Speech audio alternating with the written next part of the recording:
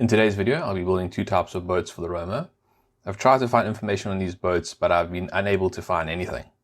I haven't even been able to find their names or designation, so I'll refer to them by their part numbers in their kit. That is B1 and G22. Another consequence of this lack of information is I don't have any reference material for them. The only information that I have is the information that was provided in the instruction guide for this kit, so they might not be historically accurate. Boat B1 is quite simple. For the most part, it will be constructed out of plastic pieces from the base kit. A few small photo etch pieces will be added around the windows. The more complicated of these two ships is the G22 type. It consists of 3 plastic parts, but the plastic deck and cabin will not be used. They are replaced by photo etch parts. Once assembled, the boats will be placed at these locations on Roma. For the most part, all of these boats will be painted in the same light grey as used from the camouflage. B1 will be the more complicated boat to paint due to it having a deck that needs to be painted to look like wood and not having transparent windows. I'll need to paint the windows in black. This will probably be quite difficult considering how small they are. I'm going to have to think about how I'm going to do that, but it is a problem for later. The boats need to be built first. I'm going to start by building B1. This boat is mostly constructed out of the plastic parts that come in the kit. It is somewhat unfortunate that this cabin doesn't have a photo etch replacement, but considering the curved nature of it, I can understand why that's the case. It would have been very difficult to bend photo etch to replicate this part, maybe even impossible. Flyhawk has provided some photo etch for this boat. The rings help bring out the detail around the windows.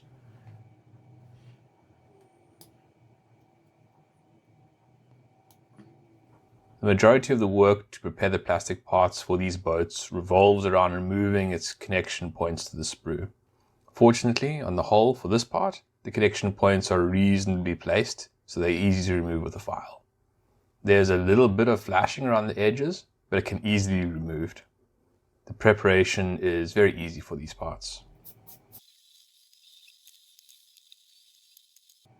Both sides of the hull fit together well, so sticking them together should go smoothly.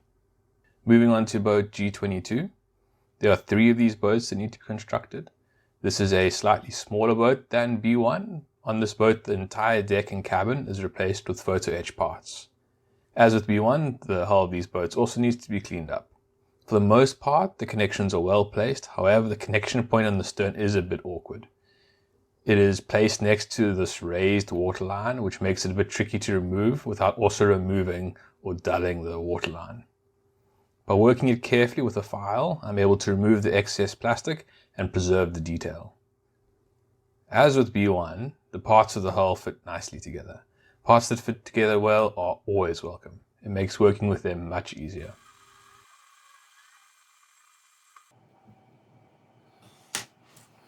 I will now glue the hull together using extra thin plastic cement. I hold the parts of the hull together dry and then apply the glue on the inside to the seam. Capillary action draws the glue into the seam and it will soon grip. At first it will be a delicate bond. It will need some time to properly dry and make a strong bond. I follow the exact same process for the hulls for the G22 boats. At this stage, while gluing parts together, if I notice any defects that need to be sanded off, I will do that as well. Further sanding and finishing will take place once the glue has dried. Now for the photo etch. These rings go around the windows on the cabin of the B1 boat. The 2 at the front are very small. There's an etched line in the plastic where these rings are to be placed. The rings are well matched to the line and fit perfectly over them. To glue them down, I apply thin super glue to the ring and then place the ring on top of the glue. I'm using thin glue because these parts are too small and delicate for thick glue, which would just make a mess. Regardless of how these parts are stuck down, there's going to be some overrun. At least with extra thin glue, that overrun will not be raised and it will be easily concealed by paint. The process for attaching the larger rings is much the same as for the small rings. They are just a bit easier because they are bigger. If I feel that the glue applied directly to the plastic part is not sufficient to hold the ring, I come back with additional thin glue applied via a wire to reinforce the bond.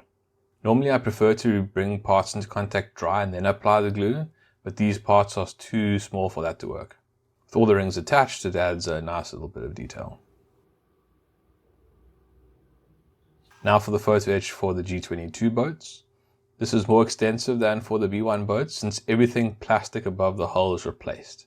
Starting with the deck needs to be folded to get a step into it. The photo-etch deck is a very good replacement for the plastic part. It fits the hull snugly. It has just got a small gap at the stern of the boat that can be filled with putty. Other than that, the fit is really good. There are a few rough edges that need to be removed from the photo-etch deck before it's installed. That's easy enough to clean up with a file. After sanding and bent into shape, the decks are ready for installation. Before I install them, I want to do a bit more work on the hull. The glue is properly dried so I can handle these parts and remove the excess plastic and markings. I'm using a 1000 grit sanding sponge to remove the excess plastic that's still hanging on and to give it a good finish. Now that the hull's are in a good shape, the deck can be glued on. I place the deck into the hull dry and then use extra thin super glue applied to the edge of the deck to bond it. In its unpainted state, you can see the mark from the super glue, but once painted, those marks will disappear. This glue is very thin and there won't be a perceptible raised edge. This process needs to be completed 3 times, once for each of the boats. After working with the anti-aircraft guns in the previous videos, working with these boats is considerably easier and very welcome. I only have to repeat a task 3 times and the parts are much larger. I would have liked to have provided some history on these boats, but the problem is I can't find any information on them. That's quite frustrating because I at least wanted to look at historical photos and see how they were painted. But there's just no information that I can find on them. That means that the only reference that I have is the instruction manuals that came with the kit. I hope I do them justice. Now that the decks are installed, the photo-etch details can be glued into the deck. The first of these parts is a flat piece. This is a simple panel with vents that goes onto the bow. The panel sits inside a recessed rectangle that is etched into the deck. The panel sits in nicely and can be easily positioned dry. I use my finger to hold the panel in place while I apply extra thin super glue using a piece of wire. After the first side is glued down, I flip the parts and repeat the same procedure on the other side to complete the bond. While installing the rings on the windows of boat B1, one of them jumped off and I temporarily lost track of it. Since I couldn't find it immediately, I cut off one of the spares and continued the build. Later on, when I was cleaning up the workspace, I found the ring underneath the tripod of one of the cameras. So there it is, I found it. So it goes back into the bag of extra parts that I keep for the kit. Things that I've cut off but not used. Back to the photo-etch for the G22 boats. In front of the vents there is a small hatch. This hatch is another rectangular piece of photo-etch that sits in a recess on the deck.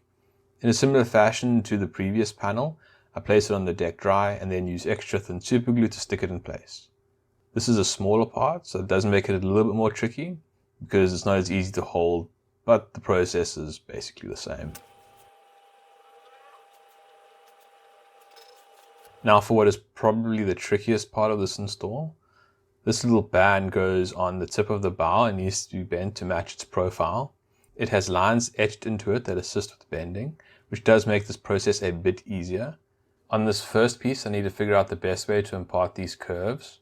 I need to do 2 types of curves, a sharp bend at the tip and a gentle curve along the length. I'm trying a number of techniques for bending this part. First, I'm trying tweezers, but this isn't going so well. So I'm going to switch to a razor blade.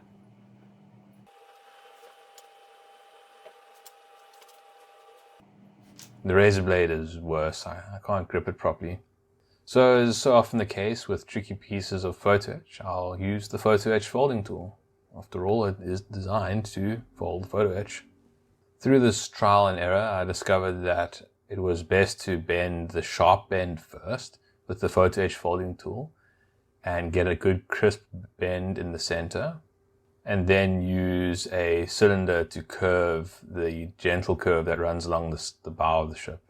The gentle curve only requires a very little bit of pressure to get it onto the part, so you don't apply enough pressure to remove the sharp bend at the very tip of the bow.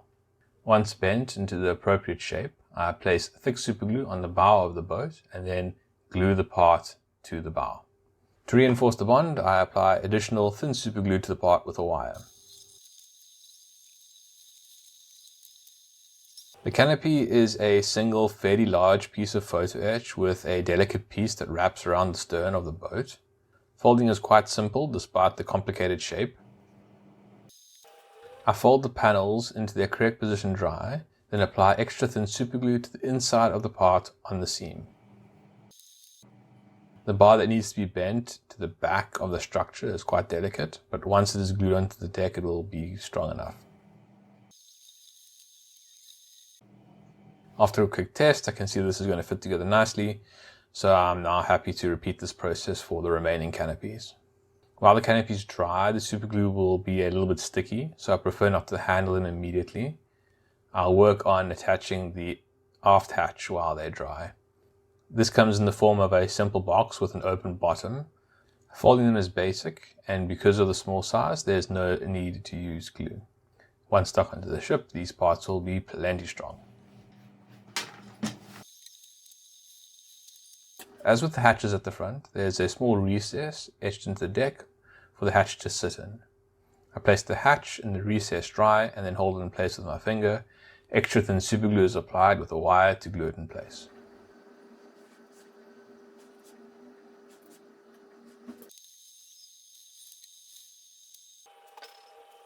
Now that the canopies are dry, I can install the details on them. I need to install a set of rails on the roof. These are simple bars with multiple connection points, which can be tricky to install. It's easy to get glue between the connection points and clog them up, so that needs to be avoided. I find that the best way to deal with parts like this is to start by applying a very little bit of thick super glue to a couple of the connection points, just enough to tack it in place. I just want the part to be able to stand on its own and not move freely. At this point, the bond is very weak, and the part can easily be knocked off. Once the part is tacked in place and being held gently, I can apply thin superglue at the base and let it make a good bond between all the connection points and the canopy. I think that this is the best way to go about it because it gives you a good bond without having a lot of unsightly glue all over the place. There are 6 of these rails, so I need to repeat this process another 5 times. Fortunately, it is not a difficult process. It's something that can be very fiddly if you don't know how to do it. But if you have a good process for installing these rails, then they really aren't an issue. After building the anti-aircraft guns, it's downright easy. If you can build those anti-aircraft guns, you can pretty much build anything. One of the defects with these boats is that they didn't provide a floor inside the hull. You can see all the way down to the curve of the hull and the line where the 2 sides of the hull are glued together. I don't like that, so I'm going to create a floor using a piece of card. Because this piece of card is going to be hidden inside the boat, perfection is not necessary. As long as it has a reasonably good fit and it's level within the boat, I think it'll look fine. A floor also needs to be created for the B1 boat, except in this case it will be painted in a deck tan instead of light grey. On screen I am not painting this part in deck tan, this is desert yellow. At a later point I repainted this part in deck tan, but I didn't record it. And with that, it brings us to the first of the painting work. First I'll paint the parts in light grey. This is the same color as used to paint the camouflage of the Roma. After the light grey, I'll paint the deck of the B1 in wooden deck tan. Those are the only 2 colors required to paint these parts.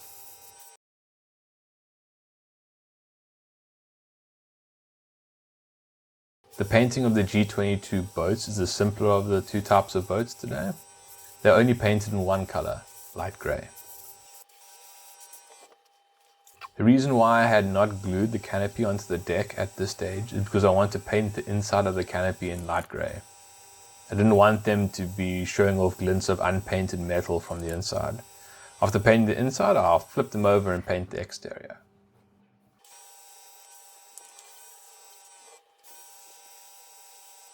While painting the boats, I will also paint the stands that the boats will sit on. Not all of them will be in light grey, but I'll paint everything in this color as a base and then paint stands in dark grey as required at a later point. One of the rails wasn't stuck on properly, and when I removed the canopy from the masking tape, it got pulled off. Before I reattach it, I need to clean it up. To do this, I place the photo-etch in acetone to dissolve the superglue. The clean rail can then be reattached as if it was a fresh part. That was a minor mishap. Now that the rail is reattached, I will flip over the parts and paint the outside. One nice touch that these photo etch rings permit is that you can sand the paint off to give the windows a little bit of an accent. you'll then have this copper ring surrounding the windows, and I think that will help liven up the boat a bit. Before I paint the deck, I need to mask off the canopy. The brown comes a little bit up the side of the canopy. It's just a small band around the base. There's a line in the plastic that can be used as a reference for where to place the masking tape. Once taped up, the part is sprayed in XF78 wooden deck tan. Once the paint is dry, the tape can be removed. Hopefully this has turned out well. In the background you can see that I've repainted the piece of card that I'm using as the floor in wooden deck tan. That was originally in desert yellow. Looks quite good. The paint is on the line and there is not much overrun. I don't think I need to do anything to fix this. So I can attach that piece of card for the floor. I'm going to stick the floor to the underside of the deck instead of placing it in the hull. There are two steps that lead down from the deck to this floor, and at the moment they just kind of end in the air, which is a bit strange. So I want them to end on a floor, which you would think would be the standard way stairs end, although apparently Trumpeter disagrees.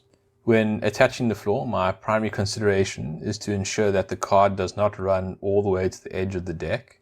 There needs to be a small band of plastic so that the deck can be glued to the hull without the card interfering.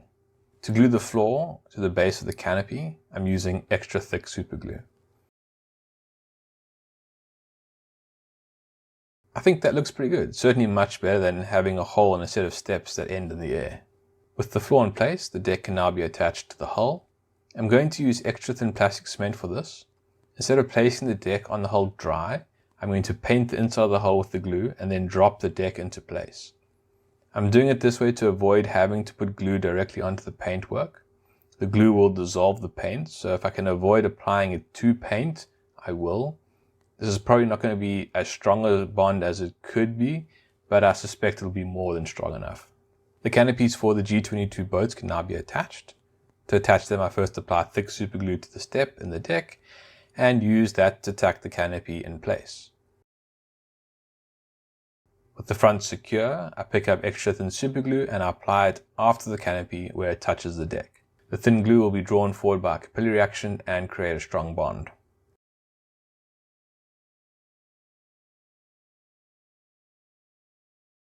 Now that the boats are fully assembled, I will start preparing the stands. For boat B1, there are 3 shapes for the stands that match the curve of the hull, so it's important to keep them in order. The G22 boats have a slightly simpler stand configuration. The forward 2 stands are the same, with the aft stand being different. This makes it a bit easier to keep track of their correct position. Folding the stands is simple. They are folded in half, with plates at the bottom folded outwards to create a foot for it to stand on. The metal is very malleable, so there's no need for special folding tools. It's simply a matter of using tweezers to bend the part, and then while squeezed together, applying super glue to the underside of the foot to permanently glue the 2 sides together. This process needs to be completed 12 times to prepare all the stands for these boats.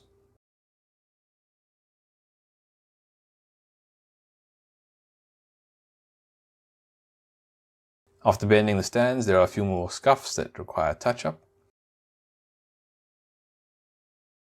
Some of these parts need to be painted in dark grey. I will use a brush to paint these parts. There's no need to use an airbrush for this painting. A brush will work just as well, and using a brush is quicker, easier, and uses less paint. This paint is very thin because I primarily use it for airbrushing. So while it looks like I'm putting on a lot of paint, the solvent will evaporate and leave only a thin layer. After letting the color coat dry, the paint can be sealed in with a layer of glass varnish. Glass varnish will prepare the parts for weathering and help protect the parts from getting scratched.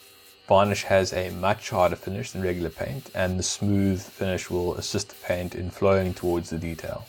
It will also make it easier to remove excess panel line from areas where there is low detail and you don't want a lot of panel line. I'm also going to spray the stands in glass varnish. It's not really necessary because they are so small and hidden underneath the boats. You have a hard time seeing them or scratching them. Regardless, I have the varnish loaded, so I might as well use it. The last of the varnish will be applied to the underside of the hulls of these boats. After letting the paint dry on the canopy, I flipped over the boats so that I could paint the underside. There are some details on the hull which the panel line will help bring out. Without panel line, I think ship models look very, well, plastic. Panel line, even if mostly removed, livens them up a lot and helps make them look more realistic. After letting the varnish dry for about a day, the panel line can be applied. I will start with the brown panel line for the wooden deck. This will serve two purposes. Firstly, it will bring out the details, and secondly, it will make the wood look more realistic by giving it a slight texture. I don't want the black and brown panel line to mix, so after letting the brown panel line dry for a short time, I remove the excess with mineral turpentine. In areas where the brown panel line has gotten onto the grey paint, I'm trying to remove as much as possible. I will place black panel line over the grey paint, so I don't really want it mixing with the brown panel line. After giving the turpentine a chance to evaporate off, I moved on to the black panel line. The black panel line gets applied everywhere other than where the brown panel line was applied. I'm paying the most attention to the windows at the front of the cabin. I was thinking that the black panel line could fill the groove marking the edge of the window and create a cleaner line. I think it worked out reasonably well, but it's not perfect, but good enough. Panel line is also applied to the G22 boats. These are just a single color, so once again it's easier than the B1 boats. Although it looks like I'm making a mess of these parts, there is nothing to be concerned about. The most important thing to do is to get the panel line on the details.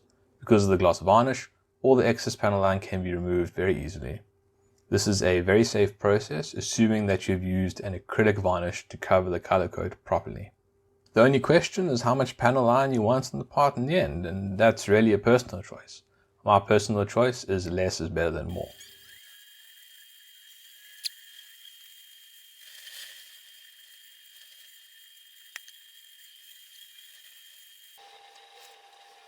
I'm also going to apply panel line to the stands. After applying the panel line, the color will change slightly. I'm mostly doing this so that they don't look out of place in the ship. I don't want them to be much lighter and then stand out.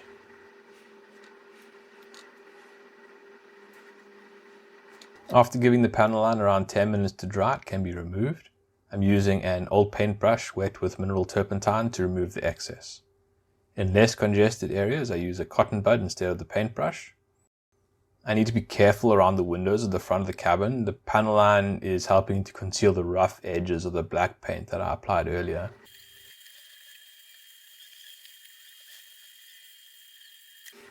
The same process is then followed with the G22 boats. I find it's quite an enjoyable process because you start to see the boats come alive as you remove the excess panel line. They start to look more like miniature boats and less like a plastic toy. I tend to make removing the panel line the last task for a day. Although this process is safe, it does appear to soften the paint, and the turpentine does take a long time to evaporate. You need to give the turpentine enough time to dry before applying the next layer of paint, so leaving it at very least overnight to dry is recommended.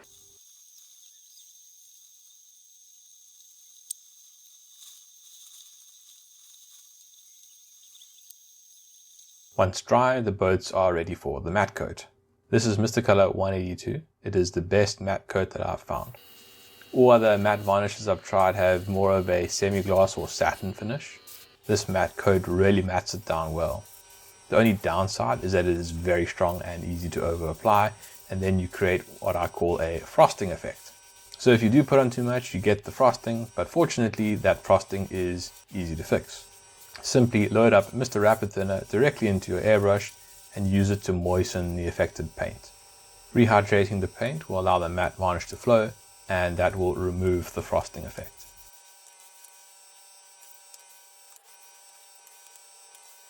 After giving these parts a few hours to dry, they are ready for installation on the ship. I start by installing the forward and aftmost stands. The middle stand is installed last. You need to have these stands perfectly aligned, otherwise the ship won't sit properly in them. This area is quite congested. The cranes and 90mm guns get in the way. I'll first try to loosely position the stands to find the best position for them and then glue them down with extra thick super glue. This is slow drying glue, which means that I can position the ship and check that it is properly seated in the stands. If not, I can move the stands and reposition them. The first boat will be the most difficult. It is the boat that I'm going to have to do all my learning on. If it was not so cramped here, it would be much easier. Once this boat is done, the other stands will go on much more easily.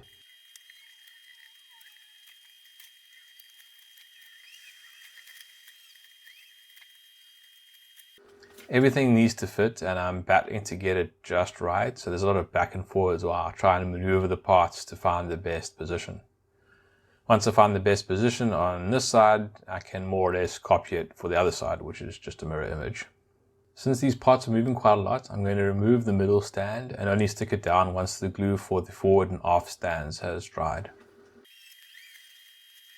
Using a torch to look underneath the boat to confirm that it's properly seated. As I said, it's very congested here and quite difficult to see what's happening underneath the boat because it's shaded by the funnel, the crane, the turret, and the boat itself. The boat appears to be correctly seated, so I'll copy this on the port side of the ship. At least I know where the stand should go, so this process should go a little bit more smoothly.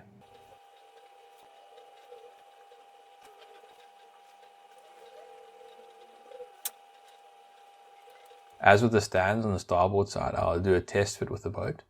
As I hoped, this side is much easier and the boat fits nicely on the stands. I'm not going to attempt to install the middle stands at this point. I'm going to let the glue dry for these two stands, and while that's happening, I'll work on the stands for boat B1. These stands need to go in a specific order. I've tried to maintain that order from when I cut them off the sprue, but it appears that I mixed up the order at some point. The stand in the middle appears to be too high and is causing the ship to rock. So I'll switch the position of the middle and forward stands and see if that's any better. Yep, this is much better. The boat is sitting level and is in good contact with all three stands. I don't know how I got the order mixed up, but at least it was easy to resolve. It would also appear that I did a good job of removing the plastic mounts from where they were molded onto the deck. Perhaps too good of a job, because there is no trace of them left for me to use as a guide to position the photo-etch stands. To find the correct positions, I'm looking at the instruction manual to try and determine exactly where these mounts should go based on reference points. I'm using the circular vents and the rectangular hatch as guides. Based on those markers, I can find the correct location for the stands to be placed.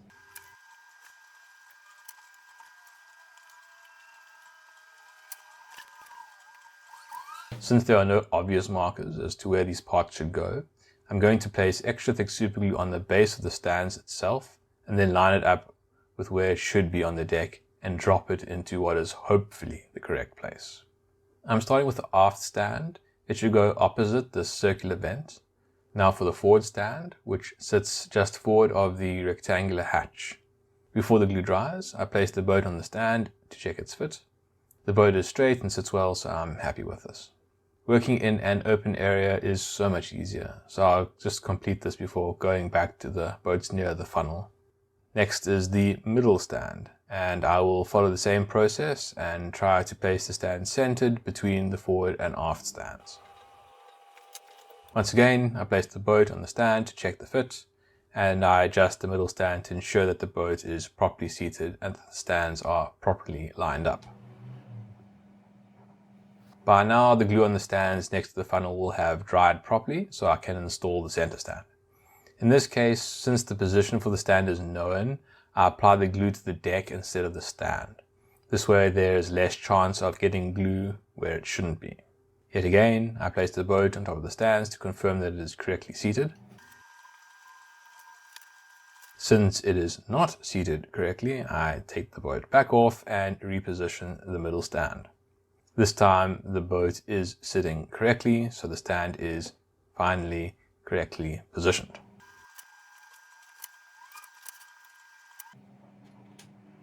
On the starboard side, I repeat the process, except now I have a reference for where the stand should be placed.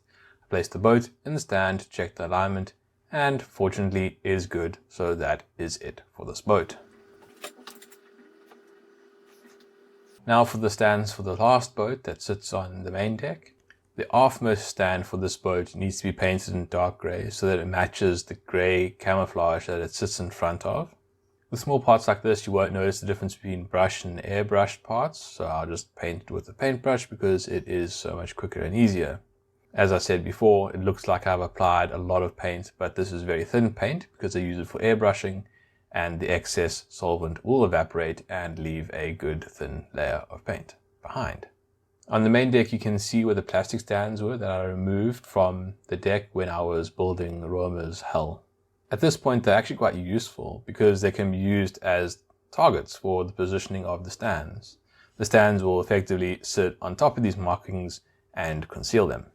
The same process is followed again to install the stands for this boat. The glue is applied to the stands, with the aft and forward stands being installed first. Once I'm happy with their position, the middle stand is installed and adjusted so that the boat sits properly.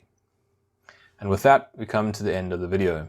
This is the first of 3 videos on building boats. Building these boats was quite nice after the repetitive and delicate work required to build anti-aircraft guns. Hope you enjoyed the video. Thanks for watching. Cheers.